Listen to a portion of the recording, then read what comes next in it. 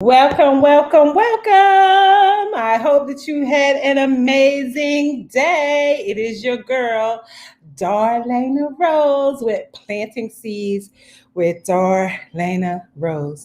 I am so excited, as always, for another amazing woman that will be joining us tonight. I mean, have these women just not been amazing? Oh my goodness, just so amazing. And tonight is no different. This young woman that will be joining us is just as amazing. So I am excited to bring her on. She's already here. You gotta love people that show up on time. So, yes, yes, yes. Oh my goodness, this lady, y'all gonna love her. Love, love, and love. Hello, my darling. How are you? Hey, hey, Al. How are you? Amazing. You look like your mama. I get that all the time. Yes, and just in case y'all didn't know, Miss Ebony Zamani is the daughter of Nikki Bagby, who we had on a little while ago. Hey, Al Stone, just know your time is coming up too, bro. The end of his name said Alvin Stone 100. Yep, you're going to be part of the 100 too. Just get ready. Well, you know, this whole process started for one reason. Yes. And all I wanted to do is share the network of women that's in my network with the women that's in my network. That's it. That's because there's so many dope women in my network. And all I wanted them to do is meet each other. And this has now turned into a whole movement. It is so much bigger than what I could have ever imagined in my wildest dreams. Yeah, it's been growing. I've been seeing in the chat and in the group, and it's been great to see some of the other interviews and get to know so much about all of these dynamic women that are doing major things. So yes, thank you. And you are no different. This is episode 84. You are 84. Hey, 84. I'm like, you coming down on the wire. Listen, got a few more left. A few more left, but I'm booking for the next 100. Okay. Because it's too many. And now that people are used to seeing me, I can't stop. Where you at? I can't stop. It's 7 o'clock. I can't stop. It's funny because I'm getting, now that we're at this number, I'm starting to get people to DM me. People don't DM me.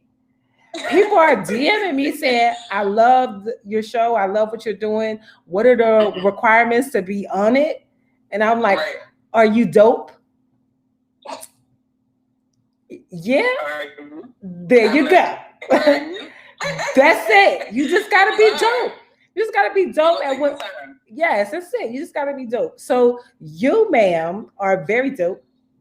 You are a photographer, a writer, and the thing that floats my boat and excites me the most is that you are a filmmaker. Yeah. You are telling our stories. I absolutely am. I'm doing my best. Oh my! And listen, that's all Mommy ever said. Do your best, right? And your best.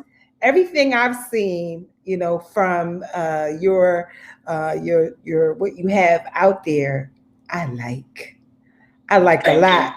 And the name of your film company is Pearls Girls. Is that right? Pearls Girl Productions. Pearls Girl. Oh, Pearls. Just Pearls Girl. Okay. So tell us, who is Pearl? Pearl Lena Rogers was my great grandmother. My mother's mother's mother, and she influenced me a lot in my life. And we lost her, unfortunately, 5 years ago now. Yeah. And so when I was trying to come up with names for my production company, it just came to me. It felt like it was appropriate because I felt like I wanted the production company to be something that something that I created with my hands, and that I put a lot of work into, which I still am. Yes. And she was that woman, she everything she did She did from the muscle coming up from North Carolina with my great grandfather. She mainly raised all of 7 of their children on her own. She purchased and owned 2 houses in her life. And, she did that all on her own. So I always felt like, if there was going to be anybody that I wanted to be sort of thinking about and in line of as far as work ethic, it would be her. And that's so amazing that you got a chance to know her. So that's your great-great-grandmother? My great-grandmother. Great-grandmother. See, I didn't get to meet my great-grandmother. So what a blessing. I felt fortunate when I was young because it was like I had all of my grandparents and then quite a few of my great-grandparents and most people I knew, like, some of their parents unfortunately get paid. So it was just, I always felt like it was a blessing. Yes.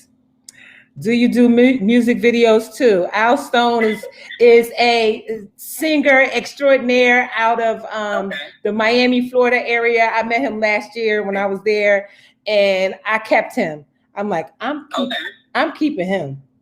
I'm keeping him. His voice is good. I've actually, so what's funny is that I finally did one 2 years ago. I turned a lot of people down over the years. Yes. For me, it's like creatively, it has to be interesting. And for the most part, you'll find that like people, got a lot of men just of a certain age. It's just like the same sort of concept. And I just wanted to do something interesting. So I finally got that opportunity. I met a guy who he had a lot of interesting sort of perspective and creative ideas around what he wanted the video to be like, and so I did that. But I do. It just depends. I'm like, what you talking about? What the video gonna look like? Yes.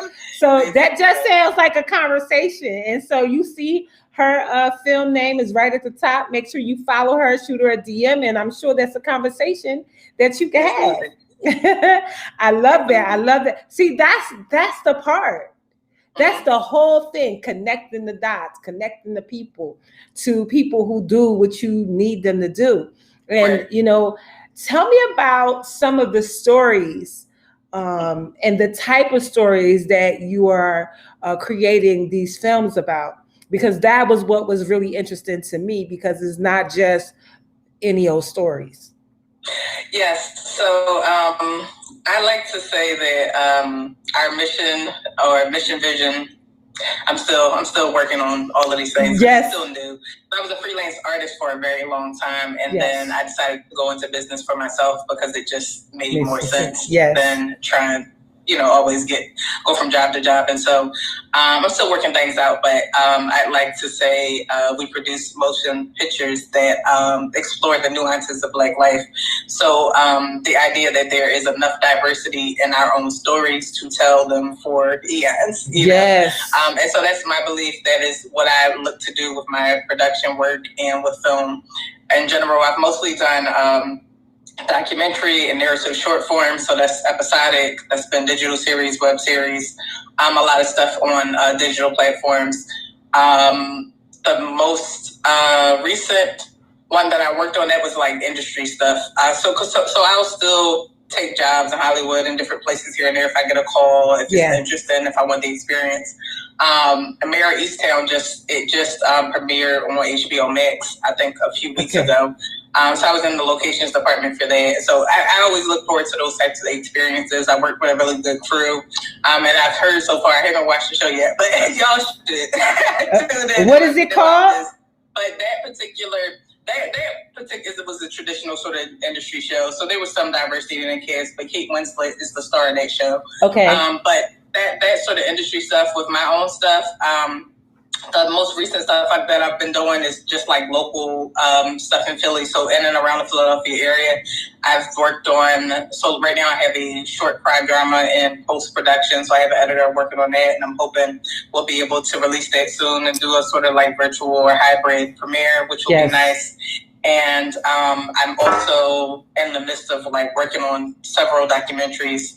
One of them should be premiering later this year on PBS. We got to see. My deadline keeps getting pushed back, but it's going to be called COVID-16-19. And it's a collaborative documentary about the impact of my collective that I'm a part of, Sith Media 215, what we're calling the dual pandemics of racism and also COVID-19 pandemic, because racism is an older pandemic than the one we just experienced. Absolutely. And really just talking to Black people and brown people, because we do have some brown women in our collective as well, about, what their experiences have been like in 2020, what life had been like for them. And so we've talked to like a range of different people, and that's going to be really exciting. I'm excited for that.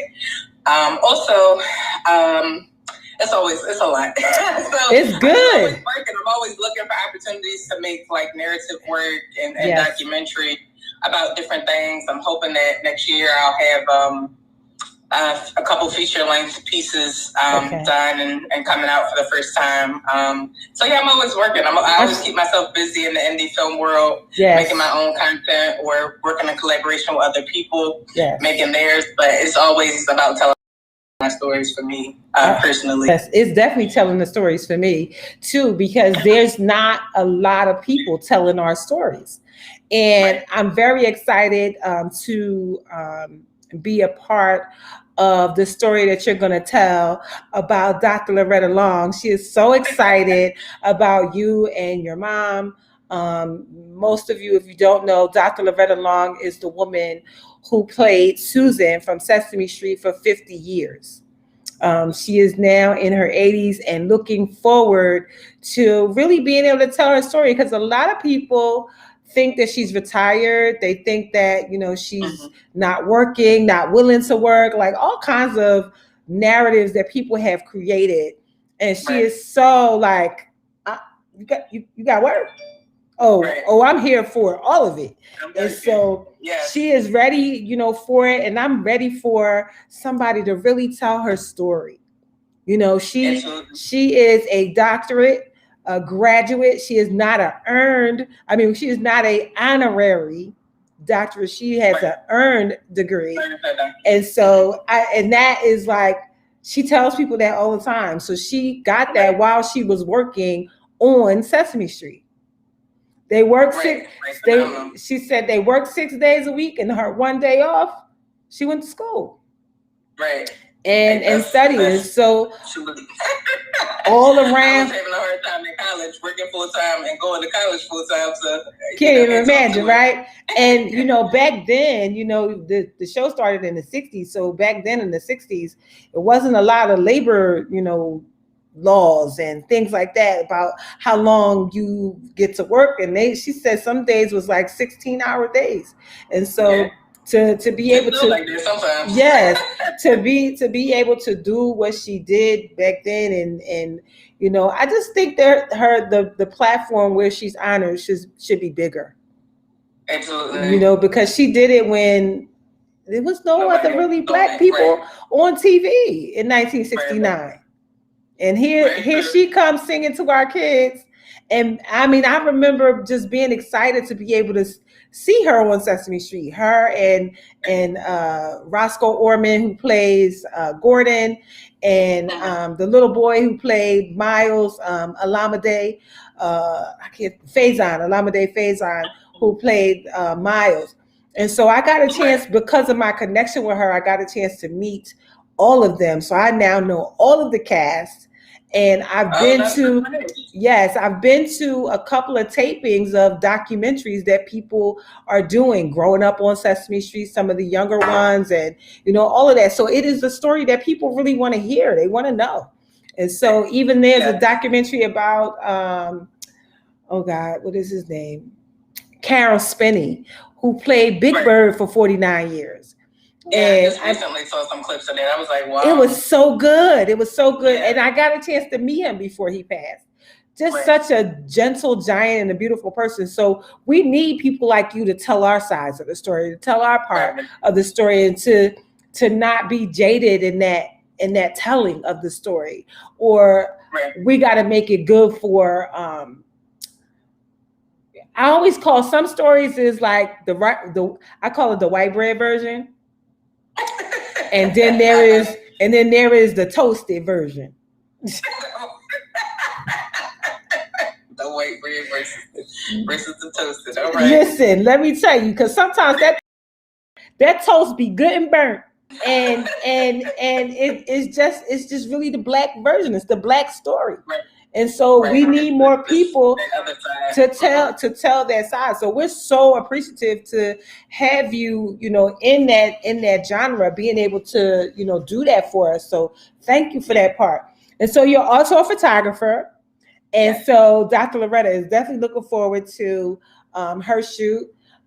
She's working with somebody really amazing too. So we're gonna connect you to her so you get the nice shot list and all that. And so we know what she needs to let the world know who she is. And that, listen, hello, I'm over here. So her words are don't retire, refire. And so she is refired and ready to go. So in the spirit of Women's Month, which this started March 1st, to really just talk to amazing women. And so when you think about the women in and around your life, we already know that one that inspired you was your great grandmother. Are there any other women who inspire you in your life right now? Currently, it's funny because I feel like that's always changing. It depends on like what I'm doing at the time and what I'm immersed in. Of course, my mother and the women in my family, my aunt, Ebony, and just so many others. My sister, my best friend. They all inspire me in different ways all the time. I feel like right now, whose work have I really been diving into? Audre Lorde. I've been reading a lot of rereading a lot of her work. I feel like she did such a phenomenal job at articulating the Black woman's experience just in various eras and times. And sometimes it's important for me to like go back in and look at those things. I read a lot. And so I think I've been rereading a lot of Nikki Giovanni's work as well. I've always loved her poetry. I've always loved Nikki's audacity. Just hearing her talk and vibe out it always does something for me. Always just like uplifts me spiritually. For film or like TV, I feel like, it's funny. I've been rewatching a lot of sitcoms because I'm working on a TV pilot for a sitcom. And Yvette Lee Bowser, sorry, I'm messing her name all the way up, so let me do that again. Yvette Lee Bowser, who was the executive producer and writer on shows like Living Single, and she has a new show on Stars called Run the World. I love that show already. I always liked her particular, the way in which she was able to just showcase and highlight like women's relationships and relationship to one another and life in general. And it was never so focused on just controversy or going back and forth, but just real nuanced, experiences and what it's like, and so I've been watching a lot of her work lately. And like I said, it's just always changing for me. It depends on like what I'm working on at the time, what I feel like I need spiritually or emotionally. But it changes. Absolutely. What are some of the qualities of those women that you mentioned, especially in those that are in roles of leadership, doing big things in the world? What are some of their qualities? Some of the qualities that they need in order to show up and be these amazing people. I think it's definitely. I think audacity is definitely needed. Because I have seen and come to understand, even in my own personal experience, right, that there are very few places in the world that are meant for us as Black people, as Black women. And so waking up and walking around in the world as you are, showing up as you are, and having the audacity to do so, it's absolutely something that is necessary. I think that just being sure, even if you aren't all the time, but being sure enough about yourself and about your purpose and your intent to go about living your life and being the person that you think you need to be and being able to improve on that constantly. It's something that I admire, and just the way in which I feel like all of them continue to work. Like Nikki Giovanni is still alive. She's almost 80, I believe, at this point in time. You know what I mean? And she still writes and she still speaks and she still says exactly what's on her mind at all times, But we need that. This idea for me that Black people have to show up differently, and that we always have to be almost these. I believe it was Tim Burrell that I had read his book a while ago. Brainwashed, I believe is the name of that book.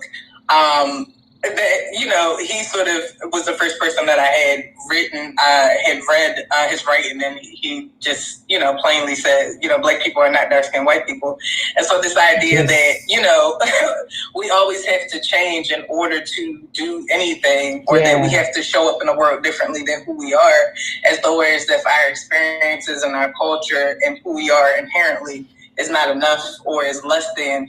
It's just absurd, Absolutely. And so, if it's black, then it's black and you're going to get it like that. That's how it is. Yes. So, I love it. So I appreciate those things about, I think, all of those women. Absolutely. And Nikki Giovanni is who your mother is named after. Absolutely. And it's so funny that I've connected to her work so much, and that she's been a person that I've constantly gone to throughout my life. I don't think that's accidental at all. No, not at all. There's I always believe that there's some connections that happen. Your grandmother that named your mother, set that straight up. Right. She said it straight up. Her name is not Nicole. Is not no other short name for Nikki. Her name is Nikki, period. I was so tickled when she told me that story. I love it. And that brings me to the question, because you said Black people are not dark-skinned white people. Are there any assumptions about Black women that you'd like to change? I think that something that I feel like I'm going through personally, even at this particular time in my life, is this idea that our strength and ability to take on things is something that should always be revered, even to our detriment. And so what I mean by that is it's wonderful for us to be able to be so strong, right? Yeah. And to be a big everything on and still live and look good and enjoy life and have children and all of the things. But it's so important that we take care of ourselves. It's so important that we have support and have the support that we need. Yes. It's so important that we don't take on more than we understand that we're able to, Yes. And I've just seen that sort of I want to be this superhero Black woman. Yes. Sort of archetype, it's been harmful to so many Black women that I've known personally in my life, and those that I feel like I've looked up to. And so just remembering that we are human, that as much as we take on, we have to step back and take care of ourselves. It's important to reset. It's okay not to have all of the answers all the time. Yes. And I think that's something that I've been exploring myself, and some of my characters that I've been writing out as of recently for my narrative work is just seeing just nuance and different and other sides of Black women, right? So like if we're seeing a particular Black woman in a scene or in a show or something that I might be working on, and one particular set, she's like this in public and everybody, kicking ass and taking names, that we see later on what that did to her in the day, right? Yes. Like how that she is, how tired she is, how much she's taking on, because it's important. You know what I mean? We're human beings just like everybody else. Yes. And we want all of that brilliance and all of that excellence and all of that strength to be with us for as long as we can. Yes. I love that, because that really shows both sides of it. It shows I can already see this character in my mind. I could see her in her 4-inch red bottom shoes walking through the office, running things in the meeting with all the men, running it all down, and somebody saying the wrong thing or doing the wrong thing. And then, she's all strong and she handles it, put everybody in their place. And then when she get home, she absolutely breaks down. Right. Absolutely breaks down, get some wine, get in the tub. Yes. And it's just like, what in the world? Like really just being so, vulnerable, because when I speak to these women in my own work, my goal is to get them to do that part. Right. Because sometimes what they'll do is be all that and won't come home and take the bath and drink the wine and make the tea. Like you Right. have to stop, Absolutely. and when your life is so busy and all of that, extreme self-care is important. And I Important. think that in this past year, Reverend T.D. Jakes calls it, Bishop T.D. Jakes calls it Correction 19, not COVID 19, right. Correction 19. So this was the time to find your self-care pattern, your routine, your how do I take care of myself? How do I put my own oxygen mask on first? Yes. So first. Yeah. I could definitely see this character. So I can't wait to see that story. What's your favorite thing about being a woman? Oh, I'm like, is there one thing? Yes, yes. I think that. Oh, that's a good question. That's a good question. I'm trying to think just one thing. Just one thing. I think I like being able to just to and this is no kick to anybody else because it certainly needs to change. Yes. But I think I just like being able to be a full human being whenever and not have to worry about like people assuming things too much or saying too. I like being able to dress up sometimes and then sometimes just relaxing and not being able and chilling and being able to do whatever and not worrying about how that might be perceived by other people and things like that. I like being able to like be emotional with my friends and it's not looked at in a certain way and being able to all right now it's time to get it together and go do this. I just love being able to like live in that and being feminine and just like exploring like all sides of it at all times because I think it looks different for everybody. I think it's very nuanced and it's not something that it's just like this is femininity and this is what it is. That we get to stretch and pull and move around in it more than I love that. I love it. So I love that.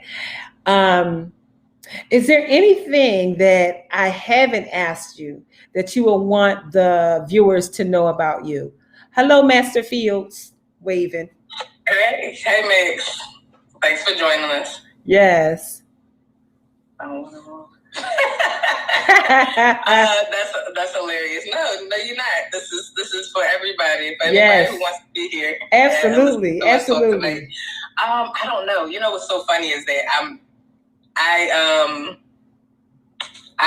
this was like really a little nerve-wracking for me because I'm so behind the scenes, behind the camera type of yes. It's very rarely the case too that I want to talk about myself, let alone live. Yes.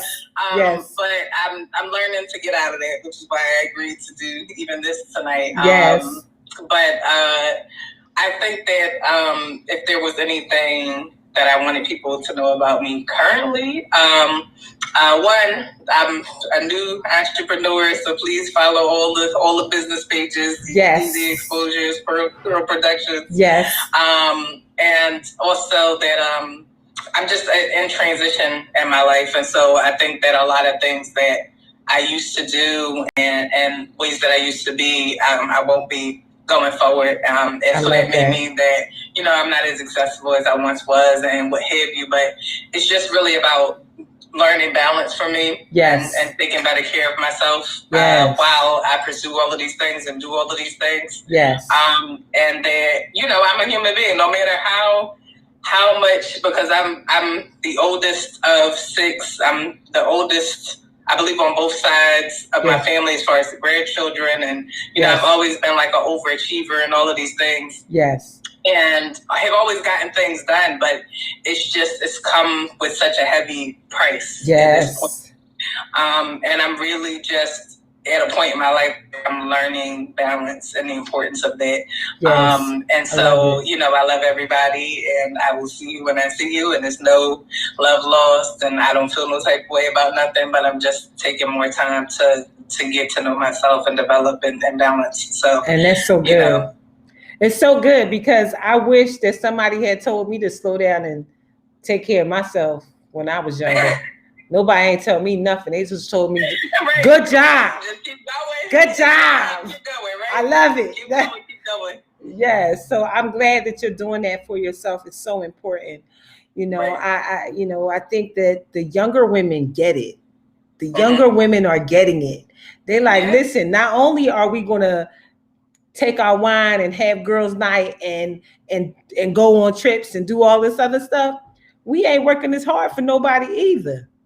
So the younger generation of women, absolutely, men too, absolutely get it. And I'm so grateful. I'm so grateful for you being the evidence of what it looks like. And so continue to do that, for us. And so we see film. What is it? What is the film fanatic? So it's fanatic with a PH instead of an F because Philly. That's what I had in mind at the time. I got you. And so when people are looking for a photographer, that's you. When people are looking to shoot short films or docuseries, that's you. When people are looking for writing of shows or something, that's you too, right?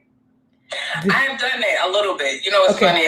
I've just started doing that a little bit in the last couple of years. I've always been a writer, more than anything else, and I was writing before I was doing anything else. And so I like to write personally for myself.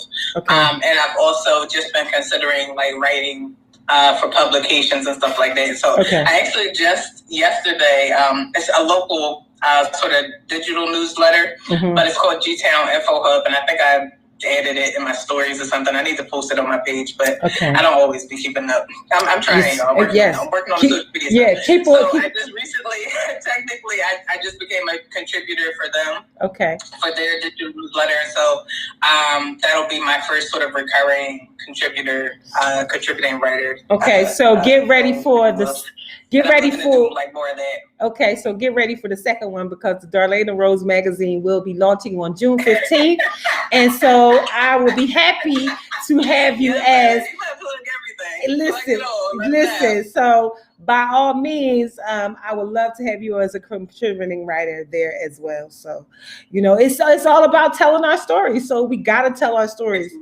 So I thank you so much for being here. Thank you for sharing thank you for getting in front of the camera today, letting us see you. And, yes, to get to know you. That this is a year of firsts, first. Absolutely. So keep doing first.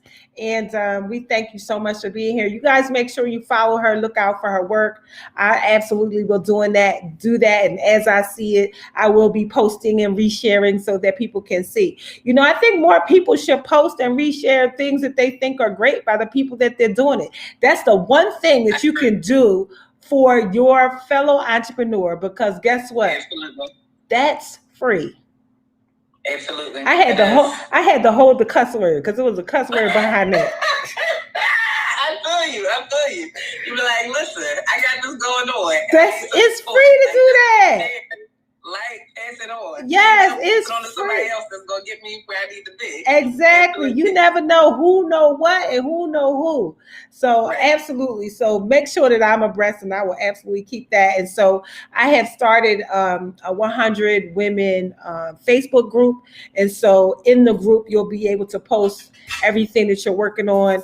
And a lot of the different groups, they frown upon people sharing too much about what it is that they're doing. And I'm the complete opposite. Hey, Faith, I'm complete. Tell me everything and tell it to me all the time because I'm going to forget.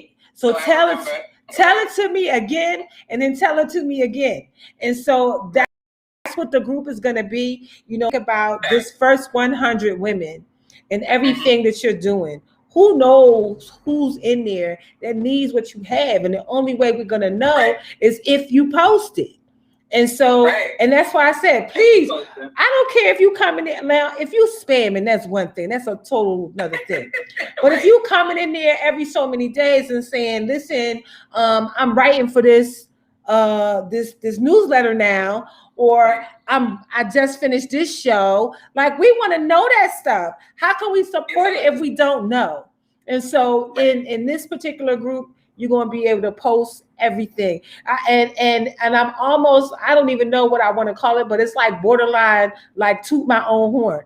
If I could toot my horn every day, I'm gonna toot it every day. So if you got something going on every day, then toot that thing every day and let us know what's going on, because it's so important for us as this collective to support each and every one of these 100 women in whatever the endeavors are. Now think about it. If you're working on something and you put it in the group and 90 of the 100 just paid $1 or $2 for whatever it is, if it's a show and the show is on some platform, and you at least got 100 eyes on it. Right. You know what I'm saying? Exactly. So it's important for everybody in this collective to be able to do that. So thank you so much. We went a little bit over. Thank you. Just a teeny bit over.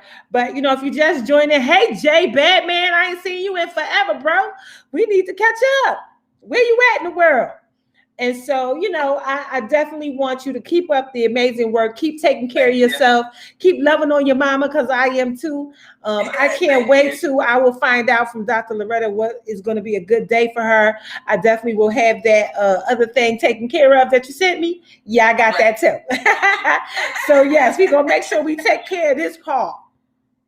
Yeah, get the finances right. So thank you again for being here. We will definitely be in touch and be following to make sure that we are supporting Pearl's Girl production. And your film fanatic. Everybody, please meet again Ebony Zamani.